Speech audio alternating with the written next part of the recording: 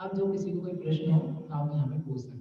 जैसे वचन बल के आधार से भाव सत्य भाव असत्य सब लिया, तो मन बल के आधार से मनोयोग में नहीं ले सकते थे ये सब चीजें? ले तो ली मन में, इनका प्रश्न है कि आपने भाव असत्य भाव वचन में लिया, कौन कौन से शब्द लिए, भाव वचन, जैसे भाव मन नहीं ले सकते थे क्या?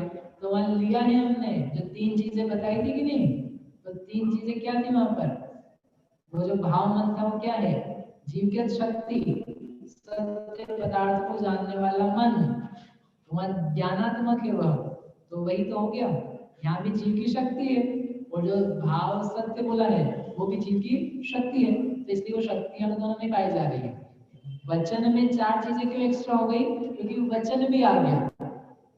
मन में अब आप जान ही रहे हो तो ज्ञानात्मक ही है, वचन में भाषात्मक वस्तु एक और विशेष आ गई, इसके कारण से वह चार कह लिए। बाकी दोनों जगह हमने जो जीवगत शक्तियां हैं योगों के अलावा भी, वो दोनों ही कंसीडर करिए। ठीक है, अभी आप लोग के अलावा पहले ऑनलाइन वाले प्रश्न कर रहा हूँ मैं, उसके बाद आप इंतजार करना। हाँ सपना जी, इसको चालू कर लेना। तो मेरा प्रश्न ये था कि जो आपने आत्म प्रदेशों में परिस्पंदन बताया, तो वो ये अभ्यंतर निवृत्ति में होता है? नहीं रुको, एक सेकंड, नहीं आ रही। हाँ अब आएगी, बोलिए। जो आत्म प्रदेशों में परिस्पंदन बताया, तो वो अभ्यंतर निवृत्ति में होता है? इनका प्रश्न है कि अभ्यंतर निवृत्ति में होता है क्या, जो आत्म प्रदेशों का परिस्पंदन है।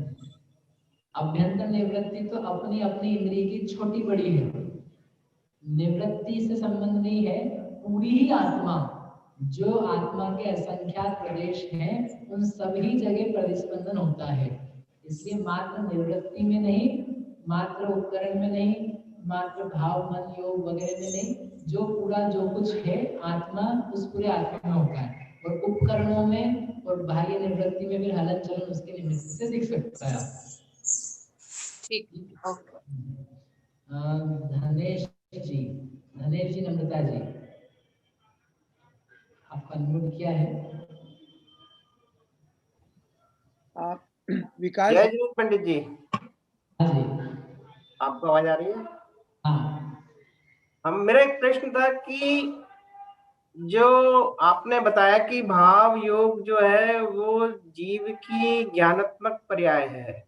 ज्ञानात्मक नहीं है, भाव योग जो है वह जीव की प्रदेश शक्ति रूप स्थिति है, जो शुरू की परिभाषाएं थी। तो स्व संवेदन के समय जीव की कौन सी योग चलेगा, मतलब संवेदन के समय स्व संवेदन जीव को हो रहा हो, निज आत्मा का अनुभव, उस समय काय योग, वचन योग, मन योग, तीनों योगों में से कोई सा भी एक योग होता है। नहीं, आवाज आपकी नहीं बराबर आ रही, फिर से आप बताइए। तीनों योगों में से कोई सा भी एक योग होता है स्व संवेदन के समय। मतलब तो लेकिन योग तो पौद्गलिक हुई ना चीज, योग को अपन ने पौद्गलिक बोला, तो फिर जीव के जो अनुभव की दशा हुई उसमें अपन योग को कैसे घटाएंगे वहां पर? जीव के अनुभव की दशा, तो अनुभव की दशा तो ज्ञानात्मक है, ज्ञान इज नॉट इक्वल टू योग। तो ज्ञान चलता है आत्मा के अनुभव का, मन ज्ञान संबंधित प्रवृत्ति चल रही है, परंतु उसके समय चलते हुए भी वहां पर काय योग में उदारिक काय योग अथवा वचन योग अथवा मन योग, तीनों योग पाए जाते हैं। क्यों पाए जाते हैं? 12वें गुण स्थान में गए हैं, 12वें गुण स्थान में उदारिक काय योग होता है, सत्य सत्य उभय अनुभय मन योग वचन योग होते हैं। तो वहां पर चल रहा है शुद्धोपयोग की उत्कृष्ट दशा, छात्मस दशा वाली, फिर भी उपयोग चलता है। कौन सा योग चलता है? तीनों प्रकार में से एक कोई योग। अभी क्या है, आपको अभी एक गाथा आगे आएगी जिसमें योगों की संस्कार प्रवृत्ति और चेष्टा दिखाई देने वाली वो दिखाई देगी, इससे अपने को समझ में आ जाएगा। ज्ञान जैसा होगा वही वाला योग होता है, ऐसा नहीं है, ठीक है? क्योंकि मन ज्ञान के चलने के लंबे समय है, लेकिन पूरे मन ज्ञान के चलते हुए मनोयोग नहीं पाया जाता है, चेंज हो जाता है। वो कैसे होता है, थोड़ा पूरा व्याख्यान होता है, फिर उसको भी देखेंगे। नहीं तो आप पूरा केवल ज्ञान से ही उसको सेंट्रिक बना दोगे तो जो ज्ञान है वो तो हर समय ही हो रहा है, ज्ञान तो हर समय जीव को चल रहा है, तो मनोयोगी पाया जाना पड़ेगा। लेकिन ऐसा नहीं होता है, काय योग के समय भी मन ज्ञान चला करता है। और कैसे क्या होता है अपन आगे देखेंगे उसको विशेष। ठीक है, कहाँ गए शांतिलाल जी, इसके बाद में मीनू जी जैन। हाँ विकास भैया, ये अभी आपने जो भाव वचन योग बताया उसमें आत्मा का जो पार्ट है वो अभी तक क्लियर नहीं है। आपने पर्याप्ति और वो सब समझाया, ये तो सब पुद्गल की बातें होती है ना, तो हमारे को कुछ क्लैरिटी नहीं आ रही है। आत्मा के कौन से गुण की पर्याय है? चेष्टा होती है, एक तो ज्ञान गुण था मन में, और अभी इधर चेष्टा में राग होता है। यहाँ पे कौन सा योग में पर्याप्ति में कौन सा गुण आया, वो मुझे समझ में नहीं आया। जो वचन बल है यह जीव की स्वयं की एक पर्याप्तिगत विशेषता है, वह जीवगत औदैहिक स्थिति है, क्योंकि स्वर नाम कर्म के निमित्त से पर्याप्त नाम कर्म द्विंद्रिय से लेकर पंचेंद्रिय जाति नाम कर्म के निमित्त से उस प्रकार की शक्ति प्रकट होती है। शुद्ध जीव होंगे उनमें इस प्रकार की शक्ति व्यक्त नहीं होती, क्योंकि इस प्रकार के निमित्त हो गए भाव। तो जो भाव सत्य हमने बोला था, तो वह जीव की बोलने की शक्ति योग रूप शक्ति है। अब वह योग किस प्रकार से प्रवर्तित होता है उसको लेकर के सत्य रूप हो रहा है, तो वो सत्य वचन योग है। अब यहाँ जब योग कहते हैं ना, ये वाइब्रेशन से परिस्पंदन, क्योंकि परिस्पंदन आत्मगत चीज है, आत्मा की पर्याय है। और जो बोलने की शक्ति रूप प्राण या बल है, पर्याप्ति है, वो भी जीव की पर्याय है। और जो वचन निकलते हैं, भाषा होती है, वो पौद्गलिक है। ठीक है, और जो वस्तु है वो वस्तु तो बाहर में अलग है ही। फिर भी उस शक्ति का कोई नाम तो होगा ना। शक्ति का नाम कुछ दिया नहीं है, अपन योग रूप शक्ति समझ सकते हैं। हमको ज्यादा जो शक्तियां समझ में आती है ना, तो योग शक्ति में तो परिस्पंदन समझ में आता है, योग शक्ति में आत्मा का परिस्पंदन समझ में आता है, द्रव्य योग आत्मा का, तो वो तो समझ में आ गया। पर ये बाकी जो भाव वाला, भाव सत्य की जो शक्ति है वो समझ में नहीं आ रही।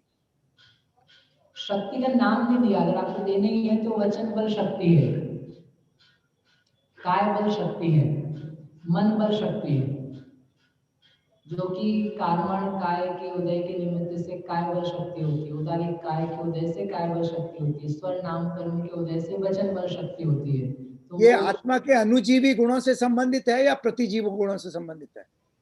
ना अनुजीवी नाम है ना प्रतिजीवी नाम है, क्योंकि ये नाम तो हमको समझ में भी नहीं आते हैं। हाँ, इसीलिए तो पकड़ में नहीं आ रहा मेरे। शक्ति वचन बल की होती है जो जीव में पाई जाती है, उस शक्ति का नाम ही नाम समझ लीजिए, वचन शक्ति, मन शक्ति, काय शक्ति, क्योंकि उसके प्राण है उस प्रकार।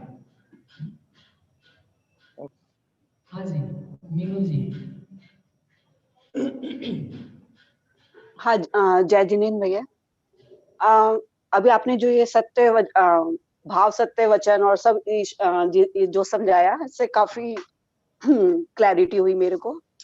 और दूसरा में इसको ऐसे समझें क्या कि जो शरीर नाम कर्म के उदय से आत्म प्रदेशों में परिस्पंदन होता है, और जिस समय जीव के उस समय मन की प्रवृत्ति है तो मनोयोग बोलेंगे, वचन की प्रवृत्ति है तो वचन योग बोलेंगे, और काय की प्रवृत्ति है तो काय योग बोलेंगे।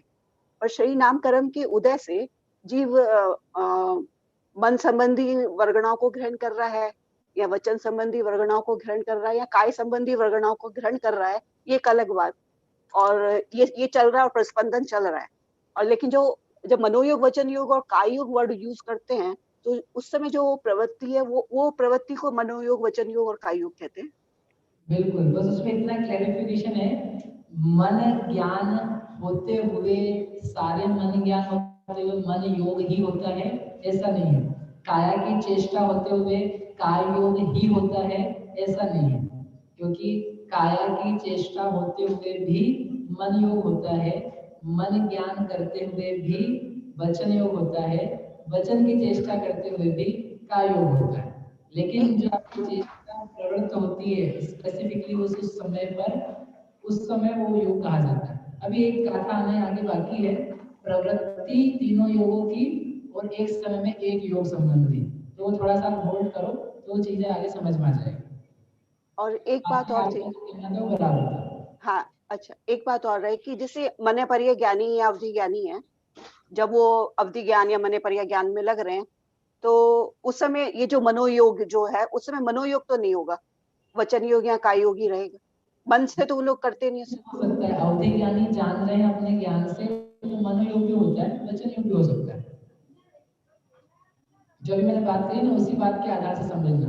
अभी आप लोगों को कंफ्यूजन ये हो रहा है, सबको लगभग हो रहा होगा, मन से जानेंगे तो मनोयोग, वचन बोलेंगे तो वचन योग, और हाथ लाएंगे तो काय योग। ऐसा योग का मतलब नहीं है, ठीक है।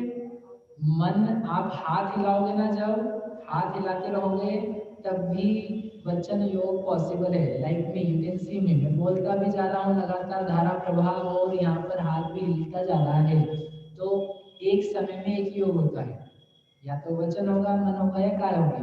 इसलिए जो आपको दिख रहा है उतने मात्र से नहीं निर्धारित करो, अभी आगे इसका मीनिंग क्या है, कैसे सेट होगा, वो आगे आएगा, थोड़ा सा इंतजार करें, ठीक है। ठीक है जी, ज्योति जी जैन।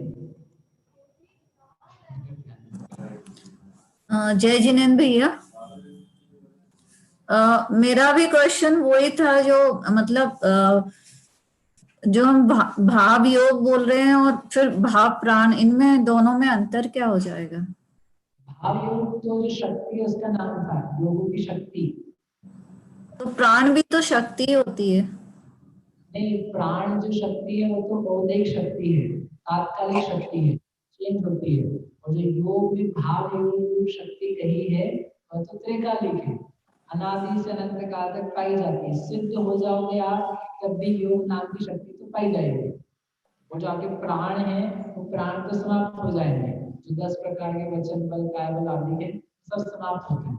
वो बौद्धिक है, तात्कालिक है, पर्यायगत है। वो जो भाव योग रूप चीज है वह तात्कालिक ही है, त्रिकालिक, हमेशा रहे। ये थोड़ा क्लियर आवाज नहीं आई, कैन यू रिपीट प्लीज? आवाज में दिक्कत है, कहने का मतलब था योग नाम की शक्ति हमेशा रहती है, और जो ये प्राण है आपके 10 वो तो पर्याय जनित होने से संसार अवस्था मात्र में रहते हैं, ये दोनों में अंतर है। कैसे? तो जैसे ये भाव सत्य वचन जो बोले और वचन जो बल प्राण होते हैं वो अलग अलग होंगे? भाव सत्य और वचन बल प्राण, वचन बल ही होगा, तो भाव सत्य की बोलने की शक्ति, तो उस शक्ति की अपने फर्दर 4 भाग किए, भाव सत्य, भाव असत्य, भाव उभय, भाव अनुभय। तो मतलब हमने शक्ति को यूज करके जो चेष्टा कर रहे हैं, शक्ति को यूज करके जो हम भाव प्राण जो हैं, वचन बल प्राण को यूज करके, और जो हम चेष्टा कर रहे हैं वो चेष्टा इसमें आ जाएगी योग में, भावी लोगों का प्रवर्तन भाव तो योग है, तो जो शक्ति है वह अपने आप में भाव सकते, उसको एक्सप्लेन करने के लिए चीज और जोड़ी है। आपको नहीं भी आया तो आप उसको कौन कर सकते हो, क्योंकि वो प्रवृत्ति हमको तो योग बताना है, तो उन्होंने 4 चीजें बताई है आगम में, हमने चारों को उसमें खोल करके दिखा दिया कि शक्ति एक चीज है, और शक्ति को लेकर के जीव प्रवर्तन करता है, तो प्रदेशों का परिस्पंदन होता है, वह समय योग कहलाता है।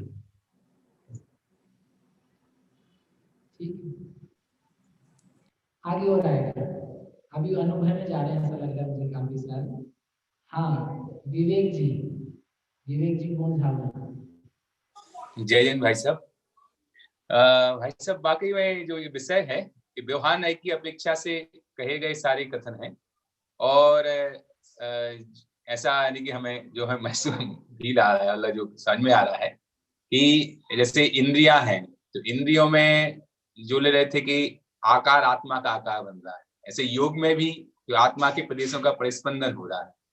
तो जो आपने जो योग बताया, तो सत्य भगवान को भी अभी भी वचन योग, काय योग और मन योग तीनों हैं। तो उनके प्रदेश परिस्पंदन एक क्लॉज दिया ना, साथ में संबंध दिया है कि जो सिद्ध भगवान है उनका कहना उनके भी मन वचन योग थोड़ी ना है, उनकी शक्ति है और शक्ति काम करने के लिए उस शरीर नामकरण का निमित्त चाहिए। तो शरीर नामकरण का निमित्त नहीं होंगे, इसलिए उस प्रकार का कार्य नहीं देखा जाएगा। तो फिर शक्ति की प्रकटता कहाँ है उनकी? फिर अपन की तो शक्ति बात कर रहे हैं, शक्ति की प्रकटता है कि आप चिंता नहीं करो, अभी पूरी योग मार्गना कहाँ हुई, अभी आने वाले उनके भी शक्ति की प्रकटता है, पर्याय है।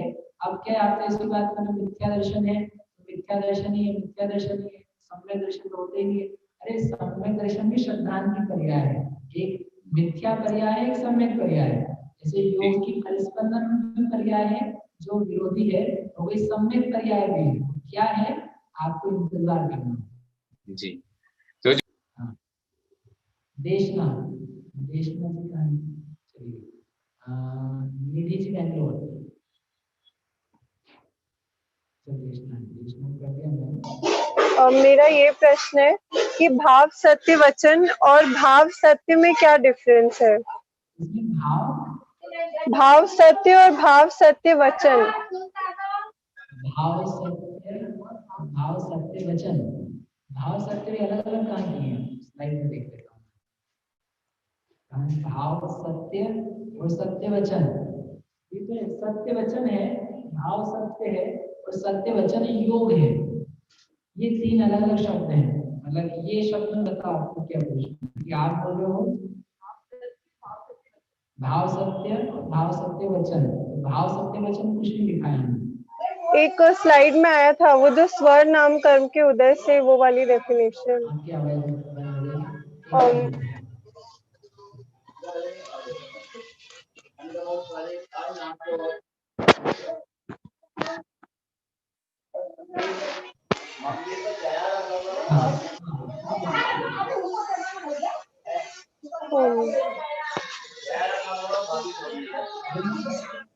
भाव सत्य नाम कर्म के उदय से,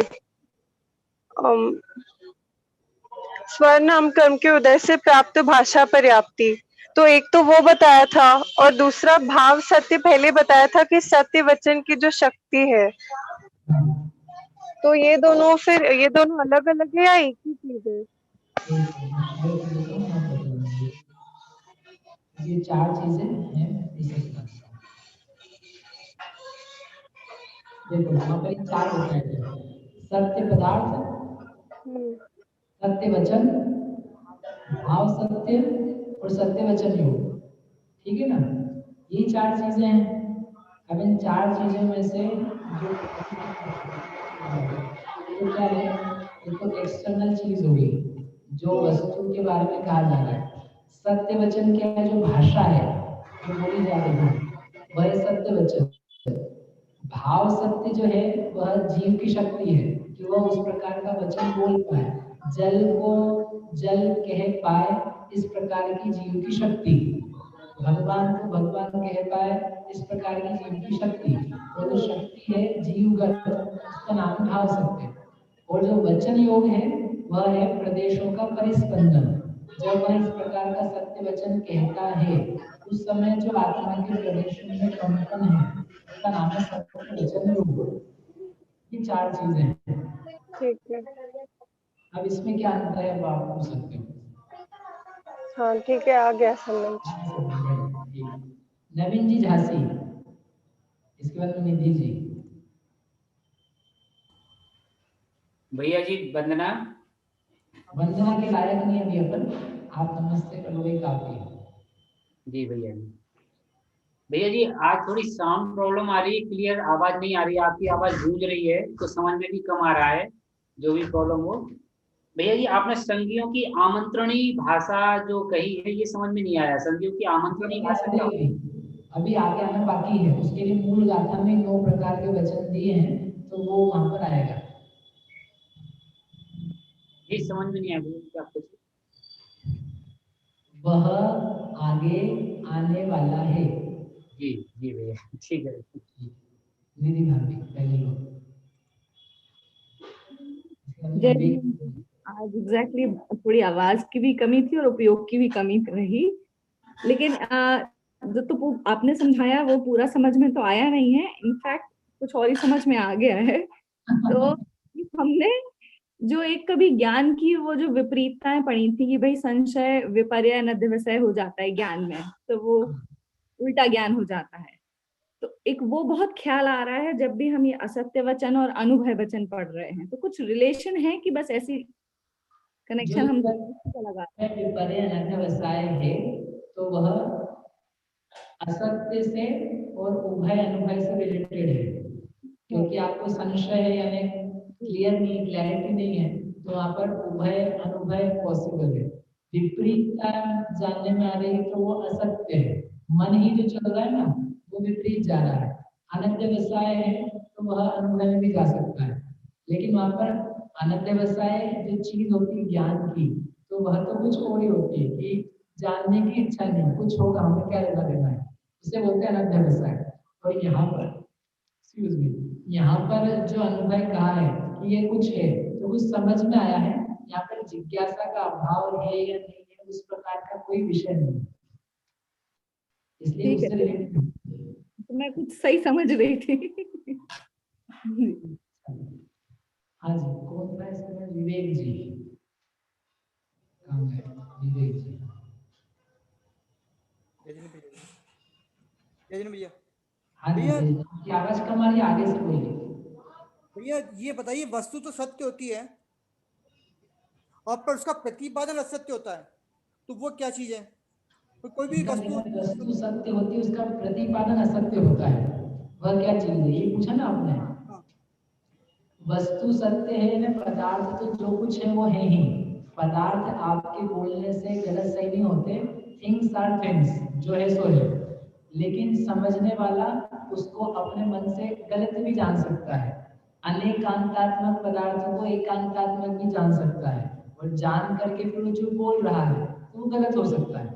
तो पदार्थ को फर्क नहीं पड़ता है, लेकिन आपके बोलने पर वह वस्तु का प्रतिपादन असत्य कहलाता है, दैट इज पॉसिबल। और सत्य होता है, ऐसा नहीं कि सत्य वस्तु का प्रतिपादन असत्य ही होता है, असत्य भी होता है, सत्य भी होता है, उभय भी होता है, अनुभय भी होता है। तो भाव असत्य कहलाएगा वो? तो भाव असत्य कहलाएगा? हाँ, वो जो वचन योग कहलाएगा वह भाव असत्य वचन योग होगा, और उसमें जो वचन बोले जा रहे हैं, भाषाएं हैं जो, वो असत्य वचन कहलाएंगे, और जिसका प्रतिपादन किया जा रहा है वो असत्य पदार्थ कहलाएगा। ठीक है। हाँ जी, अंजू जी पांड्या, इसके बारे में कुछ लीजिए। जय जिनेंद्र भैया जी। हाँ जी भैया जी, प्रश्न तो इतने सारे मतलब सबके हैं, उसमें भी बहुत सारे कंफ्यूजन हो जाते हैं प्रश्न, लेकिन मेरा प्रश्न तो भी यह है कि जब भगवान की दिव्य ध्वनि खिड़ती है तो हम उसे अनुभव की कोटि में ले सकते हैं क्या? आगे आएगा, ये मूल विषय गाथाओं में आएगा तो अपन देखेंगे उसे। अच्छा, और भैया जी पहले जैसे अभी जो ज्योति जी का जो प्रश्न था उसमें मुझे ऐसा समझ में आ रहा था कि जैसे जो भाव शक्ति योग जो हम कह रहे हैं बार बार की वचन शक्ति में भाव शक्ति हमारी जो होती है, तो उसे हम लब्धि कह सकते हैं क्या? जैसे प्राण एक अलग हो गया, तो प्राण अलग है, और भाव जैसे भाव योग जो चल रहा है वचन में, मन में और काया में, तीनों में भाव योग हम लगा रहे हैं, तो वो लब्धि कह सकते हैं क्या उसको हमारी? लब्धि भी उसका प्रयोग तो चलते हैं, मतलब जीव उस प्राण से जीवता है, पूरी हमेशा ही करता रहता है, और उसको लेकर के फिर जब प्रवर्तन होता है तो योग भी प्रवर्तन है, तो इसमें लब्धि और उपयोग इस प्रकार के दो अलग अलग भेद नहीं किए। अच्छा, तो पहले भाव योग होगा भैया जी, उसके बाद ही हमारे द्रव्य योग शुरू होगा? भाव योग तो हमेशा ही पाया जाता है, एक भी समय ऐसा नहीं जब भाव योग नहीं है, तो शक्ति गुण का नाम है। जैसे जैसे हमने जब शुरुआती करी थी पहले ही दिन, मुझे तब से ही प्रश्न हो रहा है, जैसे ये सत्य पदार्थ के बारे में हमने किया था कि सत्य मनोयोग से संबंधित 3 बातें हमने जानी थी, सत्य पदार्थ, सत्य मन और सत्य मनोयोग। तो सत्य मनोयोग को हमने आत्म प्रदेशों का परिस्पंदन कहा, है ना। तो ये चीज हमें पहले होगी, परिस्पंदन पहले होगा, तब हम सत्य को सत्य जान पाएंगे और तभी उसमें बोलने की चेष्टा कर पाएंगे, तभी हम हमारा मन सत्य जानेगा। सारी चीजें सत्य मन में यानी सत्य वस्तु को जानने के लिए प्रवृत्ति की है, तभी वो सत्य वचन मन योग कहलाना है। वो पहले प्रवृत्ति करोगे फिर जानोगे, ऐसा नहीं है। जिस समय आपने चालू किया ना, उस समय के लिए उस समय का जो योग है वो कहलाता है। तो फिर भैया जी प्राण, जैसे स्वर नाम कर्म का जैसे प्राण आया, फिर उसमें क्या डिफरेंस रहा, और सत्य वचन में योग में क्या डिफरेंस रहा, सत्य योग में? जैसे मन के संबंध में हमें ये बात समझ में आ गई। भैया जी आज आपकी है ना वॉइस प्रॉब्लम बहुत ज्यादा रही है, बीच बीच में आवाज बहुत बंद रही है अभी भी आवाज बंद है ठीक है, बाद में इसको समझेंगे। अभी शाम को और आएगा तो मैं इसको स्पष्ट करने का प्रयास करूंगा। आवाज आ रही है भैया? आपकी बारी है, मेरे का पता नहीं। हाँ, ये जानने रूप क्रिया और परिस्पंदन रूप क्रिया, ये दोनों साथ में हो रही है? हाँ। तो फिर इनकी पर्याय भी क्या एक ही है, वो एक द्रव्य की अपेक्षा, मतलब द्रव्य तो एक ही है? पर्याय है। तो आपने भी बोला था ना कि वो ज्ञान की पर्याय है, ये प्रदेश की पर्याय है, ऐसा कुछ बोला था आपने बीच में। नहीं, मुझे कहा था पर्याय है दोनों, लेकिन उसका स्वामी तो एक ही चीज द्रव्य है। अच्छा ठीक है, मतलब पर्याय एक ही है। ज्ञान किसी को हो रहा हो, प्रदेश किसी की अलग हिल रहे हो, ऐसे तो अलग अलग जगह नहीं जा रहा है।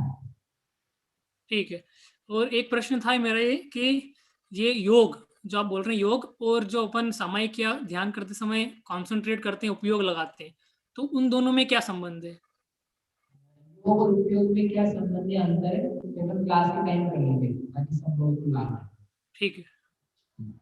निखिल जी शाह। जय जिनेन्द्र भैया जी।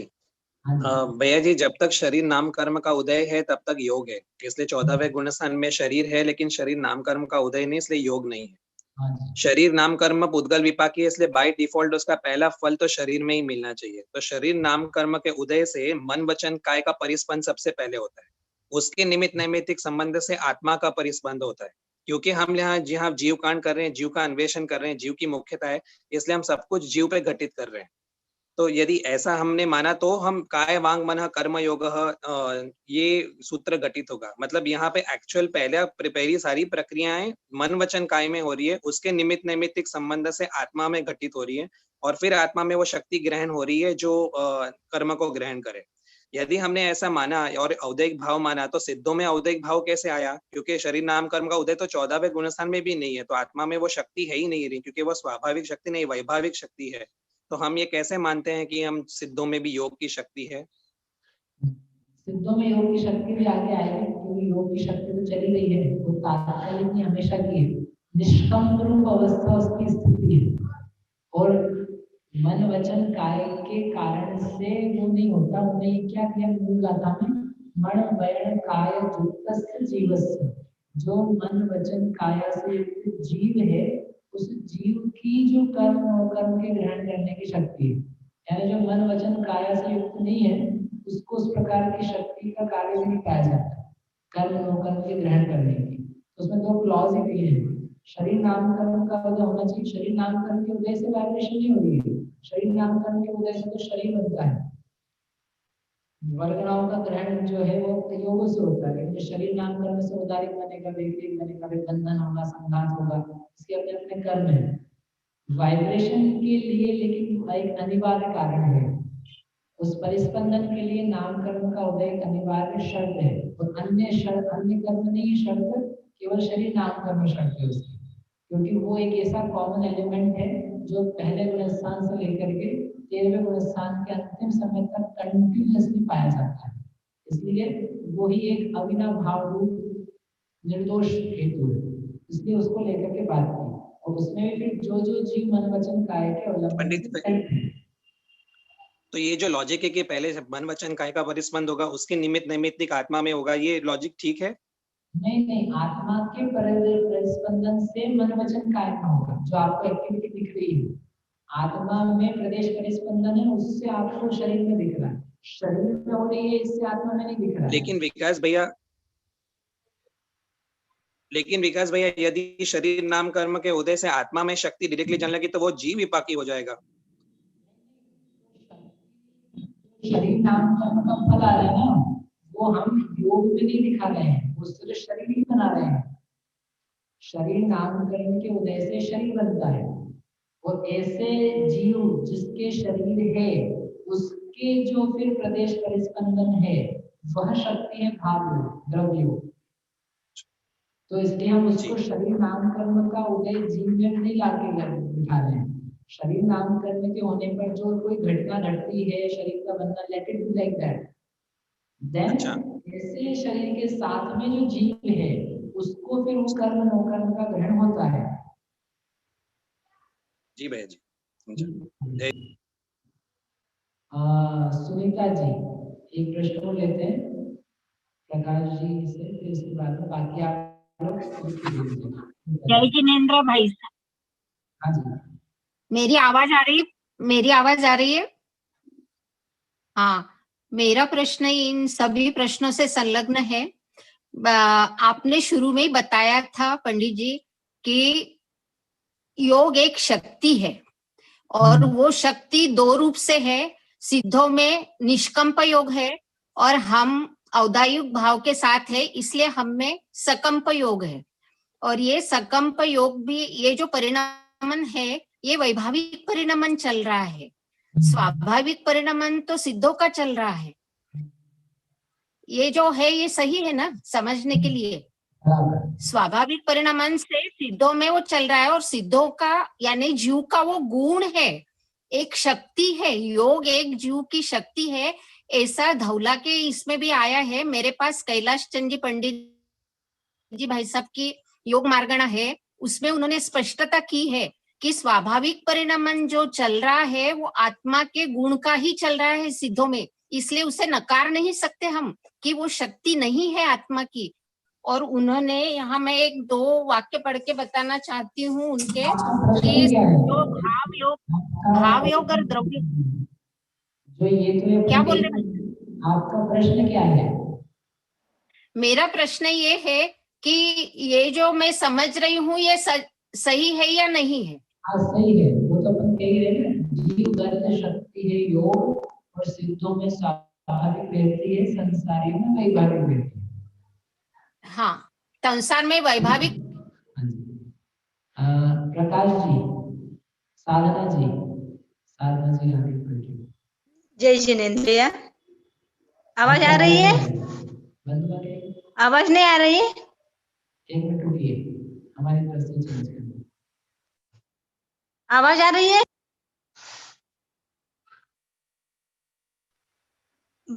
जय जिनेंद्र भैया, आवाज आ रही है क्या? हाँ जी, आवाज आ रही है? आवाज आ रही है? हाँ। जय जिनेंद्र। हाँ। मेरा जय जिनेंद्र भैया आवाज आ रही है? हाँ आवाज आ रही है। हमें तो आपकी आवाज ही नहीं आ रही है। हाँ, आपने जो अभय वचन बारे जब सबने कहा, इसने है इकड़िएगा बोलिए। जय इंद्र भैया आज आ रही है ये? आप बोलिए। काय म्हणतात हे आवाज? हाँ ठीक है। अनुभव वचन में जब ने संशब्द यूज किया तो संशय समदृष्टि को संशय कैसे ज्ञान में संशय से रहेगा? अनुभव वचन को संशय नहीं बोला हमने।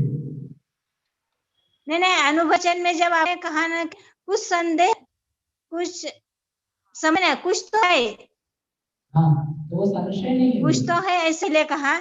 जब भाजी ने प्रश्न किया तब आप क्यों संशय, उसमें संशय रहता है, कुछ तो है, संशय नहीं बोला। अनुभव तो संशय रहता है क्या? मुझे समझ में नहीं आया वो।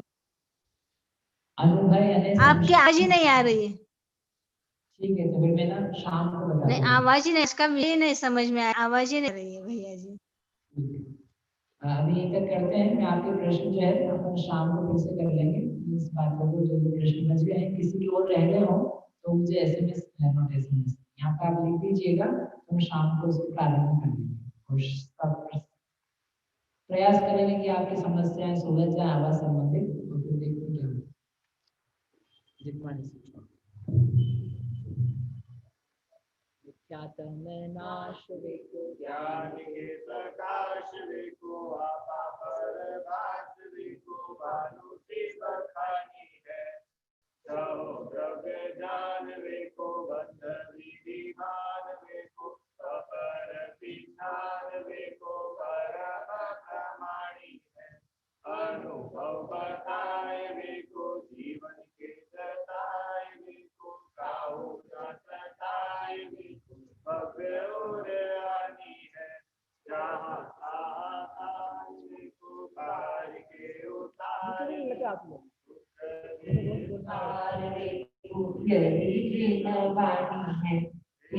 वाणी भारती तोड़ जपोड़ रहे ज्योति भीषण हरि तो पावे उठे रावण के गांधी तुझे लोकालो तो मारी सके सदा देख बोलो